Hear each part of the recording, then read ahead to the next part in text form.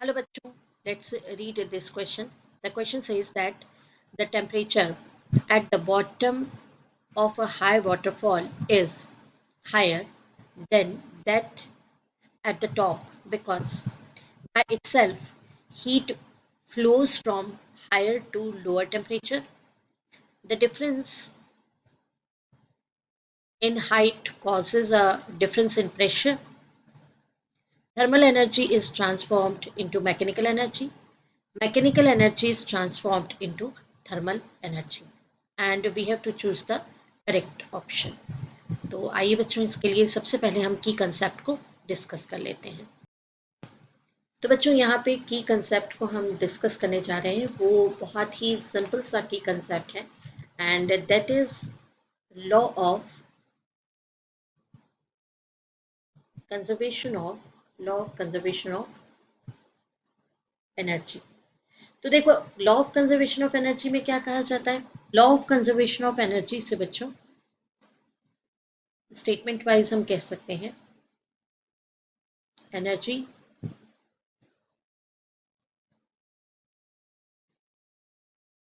neither be created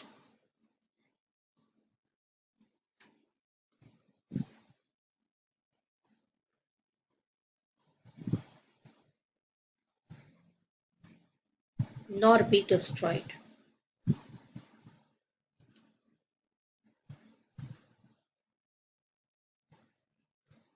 तो यहाँ पर देखिए, एक फॉर्म से दूसरे फॉर्म में तो कन्वर्ट हो सकती है ना? तो इसके लिए फंडामेंटल आइडिया ये है कि energy can B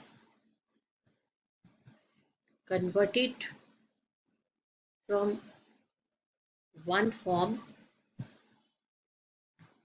to another. ठीक है, तो ये तो की कंसेप्ट हुआ। अब क्वेश्चन में क्या गिवन है वो हम सॉल्यूशन में डिस्कस करेंगे। आइए देख लेते हैं हम सॉल्यूशन।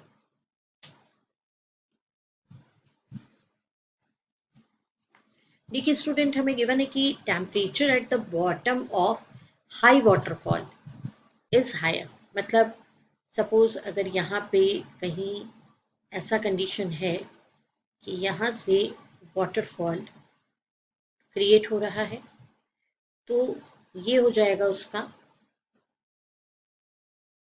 बॉटम। तो बॉटम पर क्या होता है? टेम्परेचर कैसा होता है? हाई होता है। Temperature at the bottom of a high waterfall is higher. यहाँ पे अगर टेम्परेचर को, बॉटम पे टेम्परेचर को मैं टी बी कर दूँ और यहाँ हाइट पे टेम्परेचर जो है उसको हम टी एच कर दें, तो ऐसे कंडीशन में अकॉर्डिंग टू क्वेश्चन कि बॉटम पे टेम्परेचर कैसा है?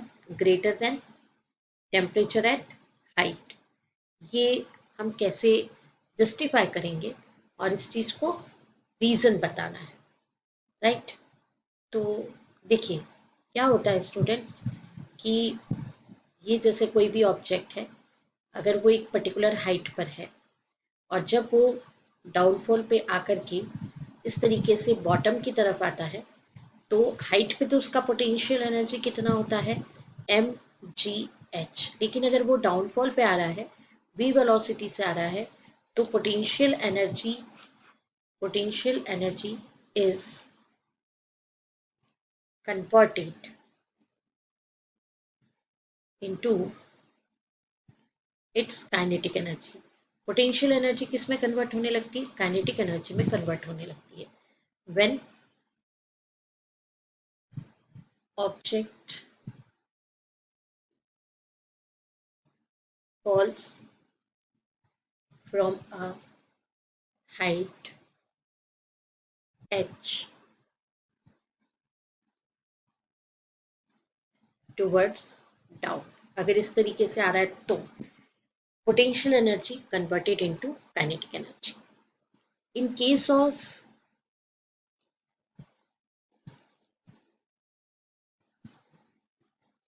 Of waterfall, firstly potential energy जो स्टॉप था वहाँ पे, वो तो क्या था, कन्वर्ट हो रहा था काइनेटिक एनर्जी में, क्योंकि वो फ्लो में ही था। ये टॉप पे था यहाँ से, और टॉप पे आने से वो इस तरह से वाटरफॉल डाउन हो रहा था। तो यहाँ से अगर वो स्टॉप या बहुत कम उसके पास काइनेटिक एनर्जी थी, जिसको हम स्टॉपेज बोल सकते हैं, वहाँ से वाटरफॉल स्टार्ट हुआ और यहाँ आया और बॉटम पे आ गया। तो ये किस में कन्वर्ट हो रहा था, काइनेटिक एनर्जी, एंड फिर then increase in kinetic energy, उसकी काइनेटिक एनर्जी इंक्रीज भी होगी, और बॉटम पे जब आएगा तो जाएगी एट द बॉटम